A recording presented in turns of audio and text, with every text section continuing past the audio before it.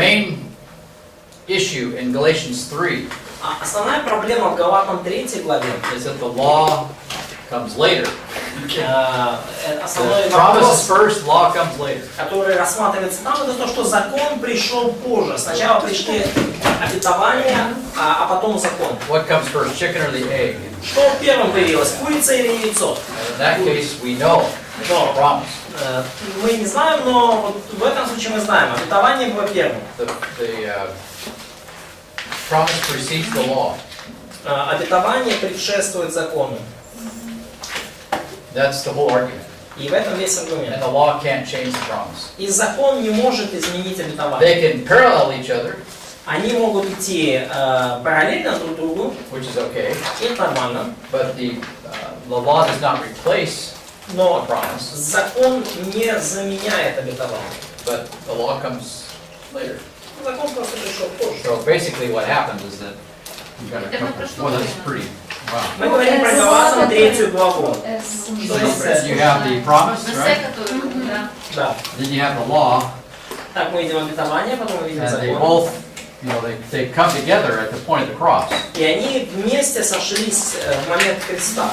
For us, they come together. Для нас они сошлись. Because Jesus' person, Поскольку личность he Иисуса, embodies the law, Иисус исполнил и воплотил закон. and he's also the promised seed. И Он также обещанное семя. And then he's a perfect sacrifice. И Он совершенная жертва. And then he dies on the cross. И потом Он умер на кресте. And now that he embodies that law, and perfections of God are all in his person. И теперь Он воплощает этот закон и совершенство Божие в своей And then личности. he dies in our place. И потом Он умер на нашем месте. He became a curse for Он us. стал клятвой, проклятием за нас. So now we have the faith, right? И теперь, What Paul calls the faith comes after that. да, как говорит Павел, вера приходит вслед за этим. And this is what we call progress in salvation history, not secular, but in God's plan. И это мы называем прогрессом в истории спасения. Не в плане светской истории прогресса, а именно с Божьей точки 1 зрения. Corinthians 12 and 13, again, I wanted you to think about, I can have a spiritual gift and be unspiritual. И 1 Коринфянам 12, 14 говорит о том, что я могу иметь духовный дар и при этом быть недуховным. And that destroys the whole Corinthian Pentecostal discussions right there. И именно на этом месте вся каримская и вся эта пятидесятническая дискуссия останавливается. And, you know, most people use 1 Corinthians 12 in the marriage chapter, 13. Большинство людей используют 1 Коринфянам 13 главу как отрывок для проповеди на свадьбу. And it's the middle of all debates with spiritual gifts. Хотя это самая сердцевина дебатов по поводу духовных даров. Okay, so we will do another essay exam over the weekend. Мы сделаем на выходных еще один экзамен эссе. And when does that due? On Tuesday? И во вторник, да, сдать. And then the last essay exam is just a simple short answer. И последний экзамен эссе это будет просто короткий ответ на вопросы. Yeah, so it'll be В реальном времени. In a real time or at home. at home, yeah. Дома. Yeah, at home. Who has said that is wrong? So the second essay for Tuesday, yes? In fact, you know, because we have not looked seriously, well, you know, we're going to look at seriously Romans later on. What I'm going to recommend is that you just answer questions 5, 6, and 7. Да, ответьте, пожалуйста. So take home essay, I just want you to answer questions 5, 6, and 7. Поскольку мы будем еще серьезно работать над римлянами, то в домашнем эссе, пожалуйста, проработайте вопросы 5, 6 и 7. I'm not used to teaching Romans, so that's part of the problem with this. А ты не научишь? Да, вопросы по римлянам отменяются. Yeah. So we're teaching Romans in February, and we'll cover all this stuff later. В феврале будем преподавать по римлянам, и все это пройдем. And I'm the reason why I'm not used to teaching Romans here, so that's part of the reason why these things are conflicting a little bit. Да, и вот причина, почему я это не пометил, потому что я вообще еще не привык тут преподавать римлянам. And I'm usually coming just twice a year, not 3 times a year. Обычно я приезжал по 2 раза в год, не 3 раза. I hadn't thought about some of these things. Я не думал об этом. Properly. Достаточно хорошо. Всем ли все понятно? Получается 3 вопроса? 3 вопроса, да. Yeah, just the last 3 questions will be fine. Последние 3 вопроса. Марк, а коли ти нам даш эссе? So when are you going to give us the third essay? The third essay? Third essay. Yeah, we'll give that next week. They're just simple, short На answers. следующей неделе там It's like the test, you know. короткие ответы, почти как тест. Yeah, so it just helps you review, just to remind you. Просто это поможет вам немножко сделать краткий обзор. It'll be easy. You have to spend some time with it, Вам нужно определенное время провести с but they're этим. just simple answers. Но ответы будут простые. Okay, so let's take a look at now. Paul is in prison, we know, in Rome, right? Давайте сейчас посмотрим. Да, Пол сейчас в тюрьме. Мы в Риме, да, мы знаем. And from his prison epistles, from his prison, he will write 3 epistles. И из своей тюрьмы он напишет 3 послания. And we call this Ephesians, Colossians, and И Philippians. мы называем это послание Ефесянам, Филиппийцам и Колоссянам. He writes another letter, I know, it's more of a personal letter to Philemon. Он пишет еще одно послание, я знаю, более личное, это Филимон. And we'll take a look at that next week. Мы рассмотрим его на следующей неделе. And we might even cover it today. But, Может быть, сегодня пойдем. and there, we know Paul's going to be released from prison. So he is in prison, but И мы знаем, что he Павла apparently has passed the освободят из тюрьмы. Он в ней находился, но, очевидно, он этот судебный процесс прошел Yeah, he has full confidence that he's leaving and prepare a place for me. успешно. И он полностью уверен, что так оно и будет. Он говорит, я скоро отсюда выберусь, приготовь для меня комнату. Of course, Paul prided himself in being considered the prisoner of the Lord. He prided himself. Да, ну, конечно, Павел, как бы, не то чтобы гордится, в хорошем смысле слова, называя себя узником Господа. He was always in prison because of the Lord. Он всегда был узником, да, всегда был в тюрьме из-за Господа. Even though he didn't do anything, worthy of such to be in prison. Хотя никогда и не делал ничего, что тянуло на тюремное заключение. A reflection of the fallen minds that are in charge of our laws and rules and regulations. И это отражение падших умов, развращенных умов, которые во главе наших законов, правил и постановлений. There's nothing wrong with the law. The problem is that evil people are in charge of the rules and regulations. That's the problem. Проблемы нет в законе, проблема в том, что злые люди находятся во главе издания всех этих постановлений и законов, правил. And we see this throughout, especially the Gospels. Мы видим это But even in the Old Testament law, it's a во problem. всех Евангелиях и даже в Ветхом Завете. Even the priests were disobedient to God's priesthood and the things that they were supposed to have done. Мы видим, что даже священники были непослушны своему и неверны в своем священстве и в том, что они должны были делать. Okay, so let's take a look now at the book of Ephesians. Но давайте сейчас рассмотрим с вами книгу послания к Ефесянам. And Ephesians, of course, was written after the book of Acts. И Or Ефесянам, Acts 28, somewhere in that neighborhood. конечно, были уже написаны после книги Деяний, ну, может быть, где-то во время событий Деяний 28. Let's read Ephesians chapter 6, verses 19 to 21. Ephesians 6, 19 to 19 to 21. Прочитаем Ефесянам 6 главу, стихи 19 по 21. Let's read those verses. Давайте прочтем эти стихи. Ефесянам 6, 19-21. да, 19-21. И обо мне, дабы мне дано было слово устами моими открыто, с дерзновением возвещать тайну благовествования, для которого я исполняю посольство Божье, дабы я смело проповедовал, как мне должно. А чтобы и вы знали о моих обстоятельствах и делах, обо всем известит вас Тихий, возлюбленный брат и верный в Господе служитель. Notice that Tychicus is mentioned here, yes? Обратите внимание, что упомянут Тихих здесь. And Tychicus was involved with Paul's ministry at Ephesus. И Тихих участвовал в служении апостола Павла в Эфесе. So here we have him actually mentioned in Ephesians. Interesting. И здесь он, вообще говоря, упомянут в Ефесянах. So in this case, Tychicus has this letter connected to the sending of this letter. И здесь мы видим, So he will deliver the letter and also tell him Paul's circumstances in his prison. Тихик, скорее всего, участвовал в доставке этого письма, то есть он должен был принести им письмо и заодно рассказать, в каких обстоятельствах находится Павел, будучи в тюрьме. Notice next book over, Philippians. Обратите внимание на For the end of the следующую book again, let's read. книгу Филиппийцам. Let's read. I'm sorry, chapter 1, verses 12 and 19, not the end. Philippians, yes. Yeah, И начало этой книги, 1 главу, с 12 по 18 стих. Филиппийцам So this is Paul still in prison. 1, 12 глава, 18 стих, это то, как Павел проводит свое время в тюрьме. And Nadja, would you read verses 12 to 19? Надя, прочти, пожалуйста, стихи с 12 по 19. Кстати, может, я? Or Yuri, yeah, пожалуйста. Да, Юрий.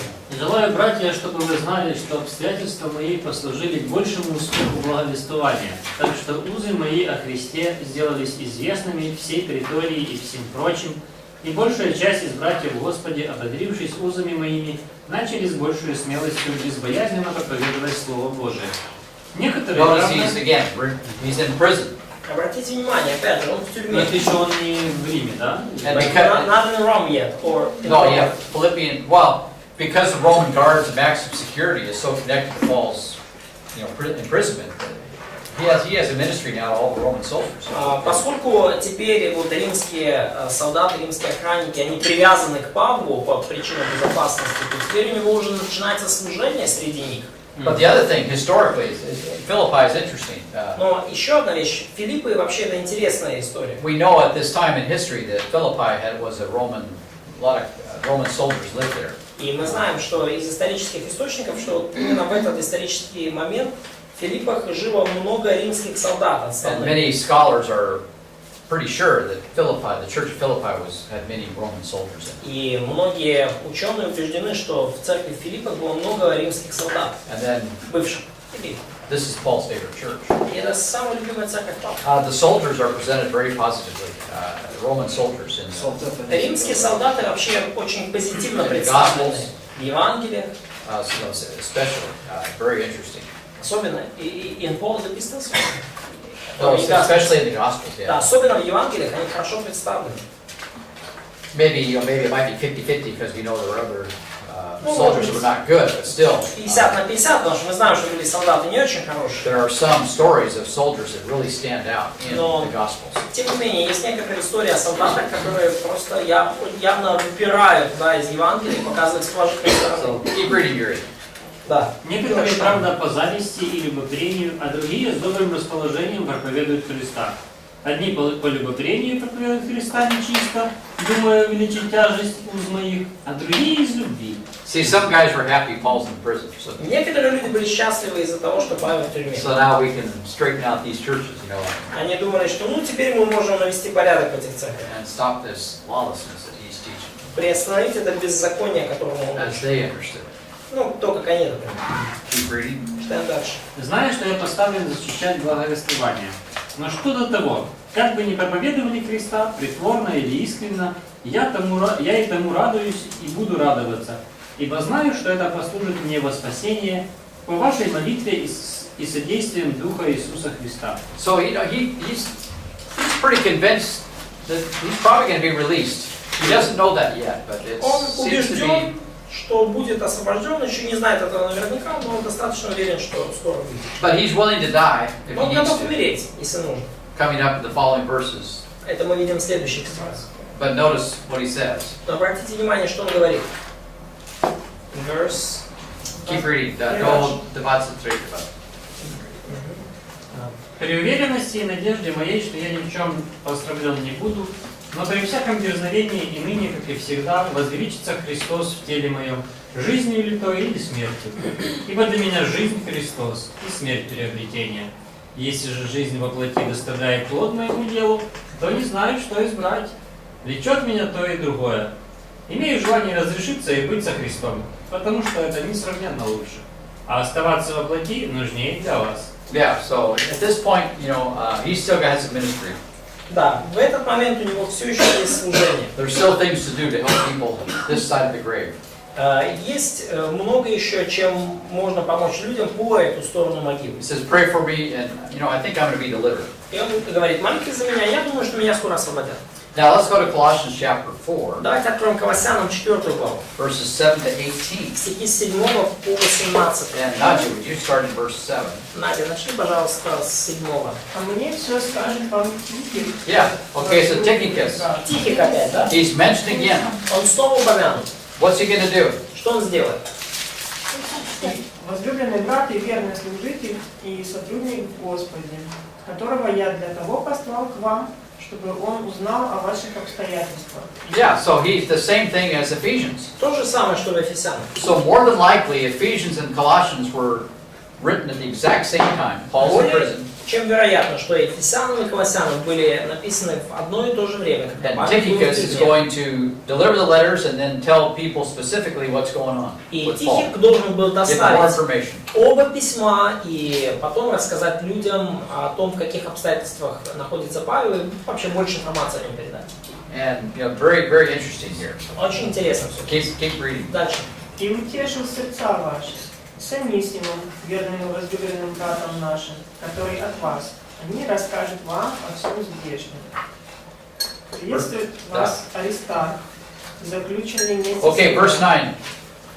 Who is this guy? Кто этот Анисим? Он из них написано. It's written that he is from them. Yeah. Ага. So who is this guy? Кто он? Ефесянин.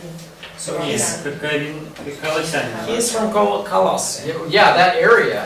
Да, And он из этой территории. what happened? Что же случилось такое? Anybody know? Кто-то знает? Кто знает. Филимон, кто читал? Yeah, isn't he the slave that Бегущий. somehow wound up? Прошу тебя о сыне моем Анисиме, которого родил я в узах моих. Да, то есть это раб, сбежавший, который каким-то образом оказался возле апостола Павла. Yeah, you would go to Rome to try to be delivered, or to try to get out, buy your freedom, whatever it was. Да, он пытался добраться до Рима, пытаясь как-то выкупить свою свободу или освободиться. Philemon was his owner, И Филимон был его владельцем. and he left. И Анисим сбежал, оставил его. And then somehow he met Paul И in каким Rome, образом он встретил Павла в Риме, Анисим? probably Roman prison, Скорее всего, в римской тюрьме. and he becomes a believer. И он стал верующим. And then Paul says, И Павел говорит, Philemon, let's let this guy go. I need him. I can use him. Филимон, и Павел пишет в послании к Филимону: Филимон, ты бы, может, отпустил его, он мне нужен, я бы его If you использовал. want me to pay for it, I will. Если хочешь, чтобы, if you want to pay like his debt, Yeah, if you want me to buy his freedom from you, да, I если ты will. хочешь, если там он что-то должен, если ты хочешь, чтобы я выкупил его свободу, то я заплачу. But you kind of owe me. Ну, ты как бы тоже немножко мне должен. So that's in the book of Philemon. Это книга послания к Филимону. So keep reading. Читаем дальше. Приветствует вас Аристарх, заключенный вместе со мной, и Марк, племянник Варнавы, о котором вы получили приказание. Remember, Mark, they had a falling out earlier, right? Помните, Марк отпал ранее, So now Paul is using Mark. и Павел теперь использует Марк. Получили приказание, если придет к вам, примите его. Также Иисус, прозванный Иустом, оба из обрезанных. Они единственные сотрудники для Царствия Божьего, бывшие мне отрадой. Приветствует вас Эпафрас, ваш раб Иисуса Христа, всегда подвязающийся за вас в молитвах. Yeah, he's the Osnovato, Epaphras. Да. Yeah, этой церкви, Колоссей. Да, он, да, пастор, основатель церкви в Колоссе. И Эпафрас. Пафос. Да. Epaphras. А как мы это знаем? How could we know that? Chapter 1, verse 7. Глава 1, стих 7. Not better. Чего? He taught, he was their teacher. Как и научились от Эпафраса, возлюбленного сотрудника нашего, верного для вас служителя Христова. Keep reading. Читаем дальше. Вообще. 4. Раб Иисуса Христа, всегда подвязающийся за вас в молитвах, чтобы вы пребывали совершенны и исполнены всем, что угодно Богу. Свидетельствую о нем, что он имеет великую ревность и заботу о вас, и о находящихся в Лаодикии и Иераполе. Приветствует вас Лука, ваш возлюбленный, и Димас. Yeah, so we know Luke's a doctor, Мы знаем, что Лука это врач. verse 15. Из 14 стиха, 15. Приветствуйте братьев в Лаодикии и Нимфана и домашнюю церковь его. Когда это послание прочитано будет у вас, распорядитесь, чтобы оно было прочитано в Лаодикийской церкви, а то, которое из Лаодикии, прочтите и вы. Скажите Архипу: смотри, чтобы тебе исполнить служение, которое ты принял в Господе. И приветствую моей рукой Павловой, помните мои узы, благодать со всеми вами. Аминь. Yeah, so these letters were passed out to each other. То есть See? эти письма передавались друг другу. So they're already said. This tells you that already Paul's letters are being read by different churches. И это уже говорит нам, что послания, письма Павла читались разными церквями. And so people are learning from Paul's letters, Люди учились из писем Павла, and we still are. и мы до сих пор учимся. So, but they look very personal. Есть еще какие-то? Yeah, he would write a personal letter to a certain church. Павел писал личные письма конкретным церквям. But then he had other letters he wrote to other churches, and then he was going to have those read to other people. И были другие письма, которые он писал другим церквям, и он дальше писал. Вы можете прочесть его и другим. And probably one of the reasons why we don't have a lot of letters is because there's probably some personal things in there that we don't need to know. Да, и, скорее всего, причина, по которой у нас не осталось больше писем, это то, что там есть какие-то личные моменты, которые нам знать не надо. Yeah, so once in a while we see some personal things mentioned about a couple women are fighting in Philippians. Время от времени мы видим какие-то личные вопросы поднимаются, там парочка женщин поссорились между собой на Филиппах в церкви. And then Archippus here. Архип, здесь бедный Архип упомянут. It's kind of like Paul's telling him, be a man, come on. Архип Ахрип, да, то есть Павел как будто говорит, ему, давайте вот, будь мужиком, So these are very не interesting. бросай дело. There's lots of things going on here. We kind of ignore them, but there's Довольно very интересно interesting все, очень много historical чего details. происходит. The Bible's written in history, that's Но important. Библия вписана в историю, это очень важно. Related to a specific circumstance. И это связано с конкретными жизненными обстоятельствами конкретных людей. Okay, let's go to Philemon now. Давайте теперь откроем с вами послание к Филимону. Let's read Philemon. Прочтем Филимона. And we'll start in verse 10. Начнем с 10 стиха. Chapter 1. Chapter 1. Первый. Спасибо. Первый и последний. And then, Alessa, would you read verse 10? Олесь, пожалуйста, 10 стих. Благаю тебе про сина свого, про Онисима, що його Yeah, there he породив is. я в кайданах Вот он. своїх. Вот он. What happened? Verse 10. Что случилось, 10 стих? Що його породив я в кайданах своїх. Yeah, so somehow in the Roman prison he becomes a believer. We don't know exactly the details, but Каким-то образом в римской тюрьме Анисим стал верующим, мы не знаем деталей. maybe he visited Paul, maybe someone brought him to Paul, Может, он посетил Павла, может, кто-то привел его к Павлу, maybe he was put in prison. может, его посадили в тюрьму, You know, he's a runaway slave. в соседней камере, он все-таки такой сбежавший раб. Put yourself into a, difficult set of circumstances. Загнал себя в довольно трудные обстоятельства. Okay, keep reading. Читаем дальше. Колись то для тебе він був не потрібний.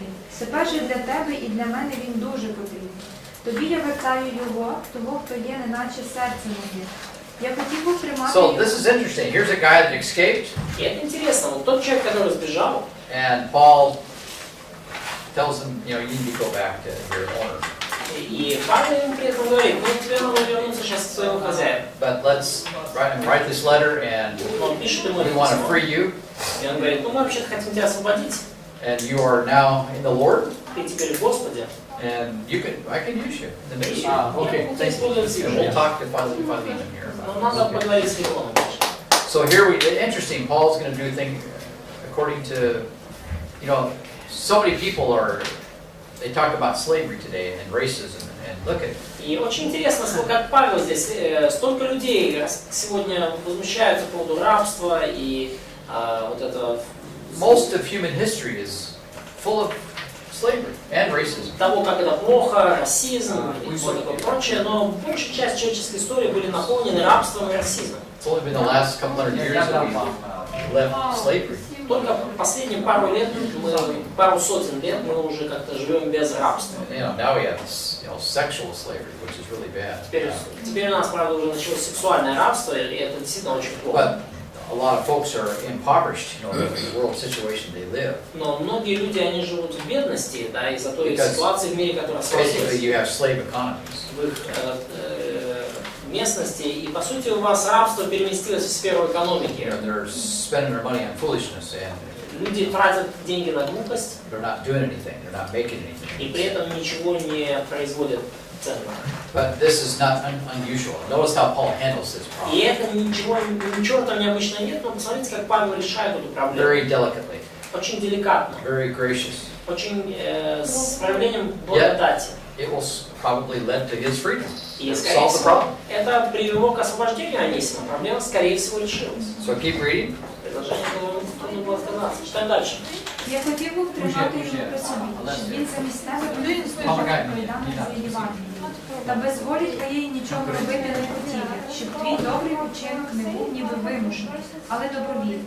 Бо може для того він був розлучився на час, щоб навіки прийняв ти його. Вже не як раба, але вище від раба, як брата у нього. Особливо для мене, Oh, а okay, ти yeah, вище для тебе. Тож, коли маєш за Бога мене, то прийми його як мене. Коли ж він чим скривдив тебе, а повинен полічитися мені. Я, Павло, написав це рукою своєю, я віддав, щоб тобі не казати, що ти навіть самого себе мені винен. So they know each other. Они знают друг друга. Apparently Paul, I don't know if it's because he saved them or what, but Очевидно, Павел знает Филимона, может быть, он участвовал в его спасении. it's kind of like Paul says, consider ourselves even now.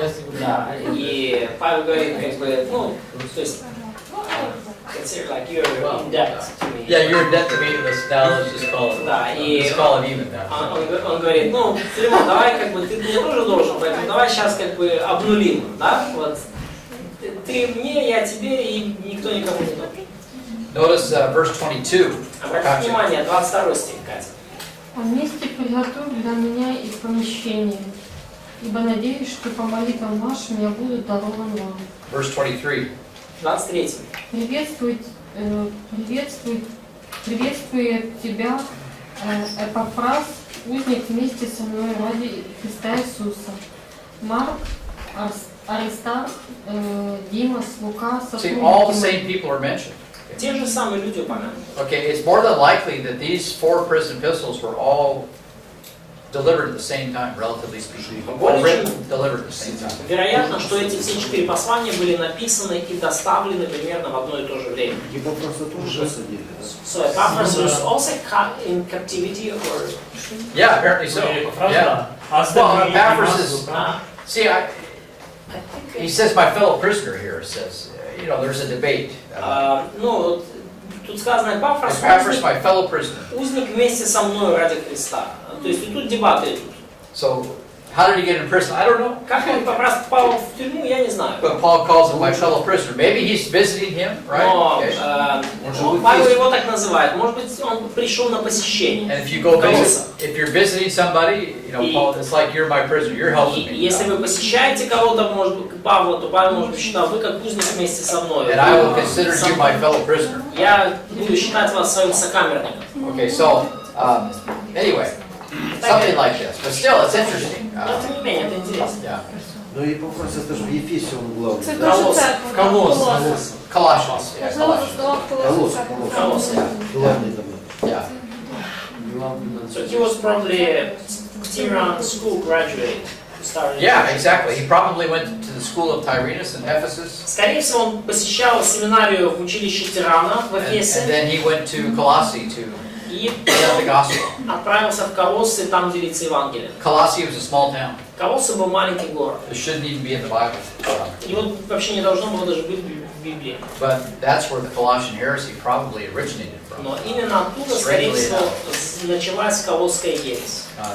And then it spread from there and got worse and worse as time went on. И со временем она, распространившись оттуда, двигалась все дальше и дальше. И все And становилось. then by the time of the early church, we got this thing called Gnosticism that dominated the early church. К моменту, вот уже, когда ранняя церковь уже была вот, где-то в конце первого столетия, уже сформировался так называемый гностицизм, который очень сильно поразил церковь. But this is why I believe that the prison epistles are written by Paul in Rome. Но вот почему я верю, что тюремные послания We got написаны Павлом в written at the Риме, same time. We got the same people mentioned. They're doing the same написаны stuff. в одно и то же время. Мы видим тех же самых людей, которые делают одно и то же дело.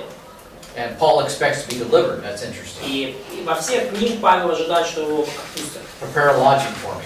Да, I'm coming. приготовь мне комнату. And Philemon, he knows. И Филимон, он знает Филимона.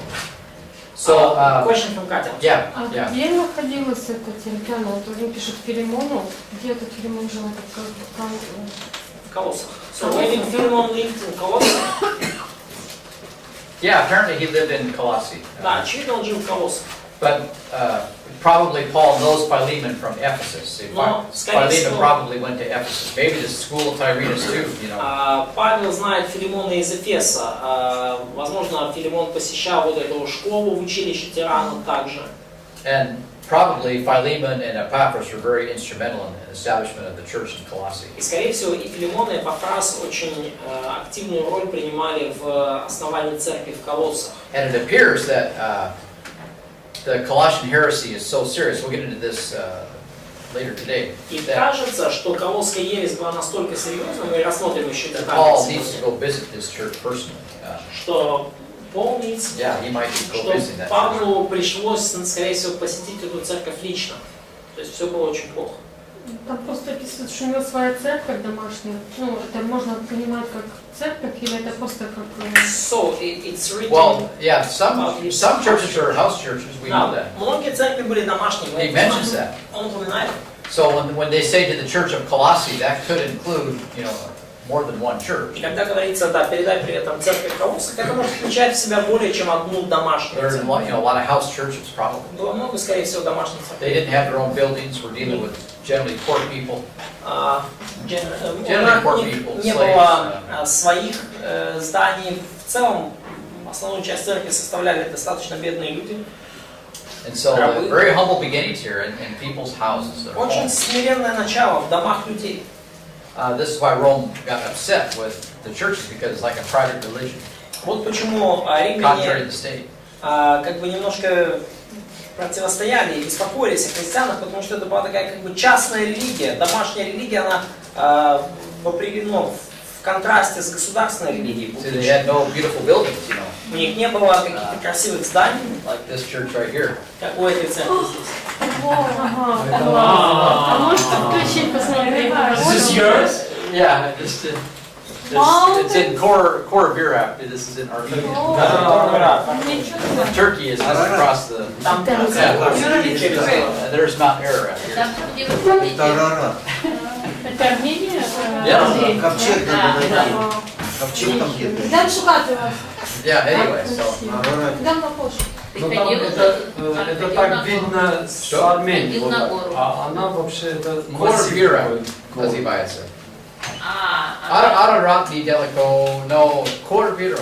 Не знаю А, как. это не Арара. Вираб это глубокий вираб. Окей, да, он, да, спросить его. Да. Хор это глубокий. Глубокий вираб. Потому что он был в Турции, как да. Вираб имя чье-то. Как называется? So that place, the legend is that place became the place where Armenia became the first Christian country in the world. И изначально вот с этого места началась христианизация Армении. Армения стала первой христианской страной в мире. Some saint was thrown into a cell in the ground, a hole in the ground. They were like in prison there. Yeah, he was put in prison by the king. Да, какого-то святого царь, как бы забросил в яму, выкопанную в земле. And then apparently the king got sick, and this saint helped him get healed. И потом, видимо, этот царь заболел, этот святой помог ему исцелиться. And the king made, because of what happened, Armenia the first Christian nation in the world. И по причине случившегося царь сделал Армению первой христианской страной в 300 мире. AD. А там В жили 300 году нашей эры. 1000 человек. Сколько там жило? So how many people lived there at that time? 1,000 of people.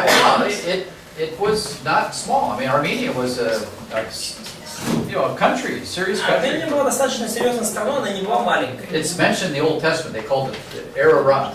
Она упоминается в Ветхом Завете, они называют ее Арарат. So, for example, when the king of Assyria Например, вот царь ассирийский, was killed, когда он был убит, I think it's in Isaiah, right? я думаю, где-то в Исаии, They escaped to the Ararat, они, the killers, убийцы, сбежали к Арарату, в Арарат. and it had its own country back then. И там уже в это время была своя страна. And if you look carefully in Armenia's history, it reflects Israel in a lot of ways. They're a small country. И если вы смотрите внимательно на историю армянскую, то там отражает, там неплохо она сходится с историей Израиля. Тоже маленькая страна. And both nations in the 20th century were subjected to, genocide. И обе нации в 20 столетии стали объектом геноцида. The Germans were involved in both of them. И немцы участвовали в обеих массовых этнических чистках. The Germans helped the Turkish people, or they knew about it and didn't do anything, but they were allies with Turkey. Немцы помогали туркам, они были союзниками, и когда турки начали вырезать армян, то немцы ничего не And сделали. I'm reading a book right now, Я читаю прямо сейчас книгу, written by a Jewish author, написанную еврейским автором, that argues that the genocide of the Armenians was a setup for later on the Holocaust. который утверждает, который доказывает, что геноцид армян подготовил платформу для будущего Холокоста. And he gives a little picture of the German media, И он newspapers, how показывает they portrayed the Armenians. небольшую вырезку из немецких газет, как они изображали армян. German media has been corrupt for a long, long time. It's run by the state. Немецкие медиа, которыми управляет государство, они коррумпированы и разложившиеся уже долгое время. Anything coming out of Berlin is Berlin. Any media coming out of Berlin, the capital of Germany, Berlin. Берлин. Ага, да. Любое новостное издание, которое исходит из Берлина, It's not good. Deutsche Welle, This is state control, ничего хорошего, оно управляется state государством. media, propaganda. Государственная They're пропаганда. telling you what they want people to believe. Они говорят то, во что хотят, чтобы люди верили. So we see these things, and И мы видим, как это происходит. by the way, the Colossian heresy comes from the east. И, See? кстати, Колосская ересь пришла с востока. And just to the west of Colossae is Armenia. See? И, кстати, на восток, на запад от Колос находится Армения. So before Armenia became a Christian nation, you have a lot of this pagan stuff going on. И потому перед тем, как Армения стала христианской страной, там очень много было разнородного язычества. And we went up to Garni, which is a place where they got a pagan temple. You know, И мы отправились в Гарни, там было место, где стоял языческий храм. they rebuilt it in '68. They used a lot of the original parts for it. В 1968 1968, the В Soviet Union opened. 1968 году Советский Союз отстроил заново этот храм. Они использовали много оригинальных частей от него. They had to bring in some parts, you know, to finish it off. То есть им пришлось как бы новые части какие-то доделать, чтобы закончить его. And it's very impressive looking. И очень впечатляет, конечно. Until you get inside, and it's like all the churches, it's empty. There's nothing Пока inside. не заберешься внутрь, а там, как в большинстве церквей, все It looks beautiful from the outside, and you walk in and it's empty. Изнутри и снаружи выглядит классно, красиво, а зайдешь внутрь, пустота. See if I can find it here.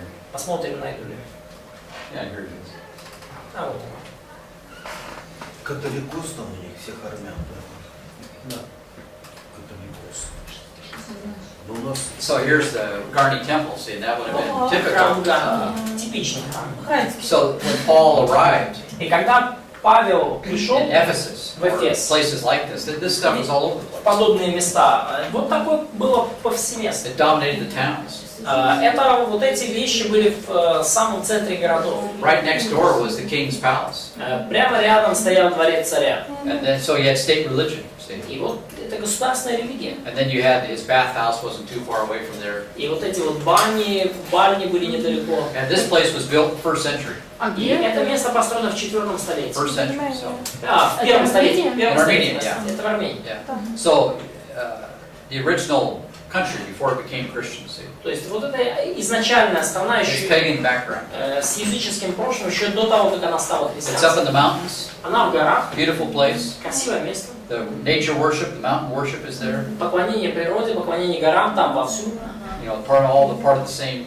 You've got pictures of animals around the temple. You know, Вокруг храма изображения животных.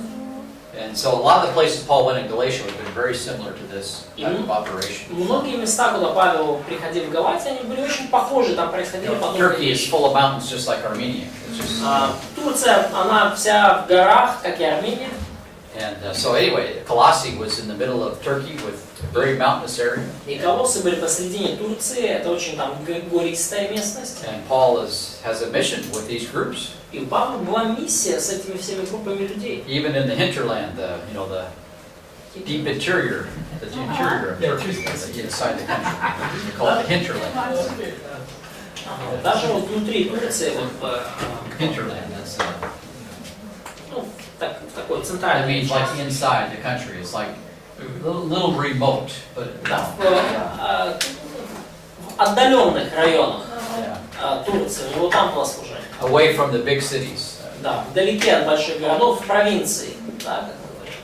So, Тоже было. This really gives a nice little picture of how Paul did his ministry too, И with regard to his Кстати, letters. дает нам неплохую картинку того, как Павел осуществлял свое служение, когда мы читаем And эти he's послания. expecting people to read his letters. И он ожидает, что люди будут читать эти письма. This is the Word of God. Это есть Слово Божье. And you can apply the Word of God in your situation too, even though I'm writing specifically to this group, yet И there's вы things you можете can learn.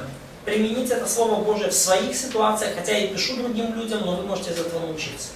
Okay, I think we will stop right Хорошо, я there. думаю, остановимся Any прямо questions здесь. at all? Есть ли вопросы какие-то? And then we'll give a little survey of Ephesians and И потом Philippians, будет Colossians. небольшой обзор филиппийцам, Ефесянам, Колоссянам.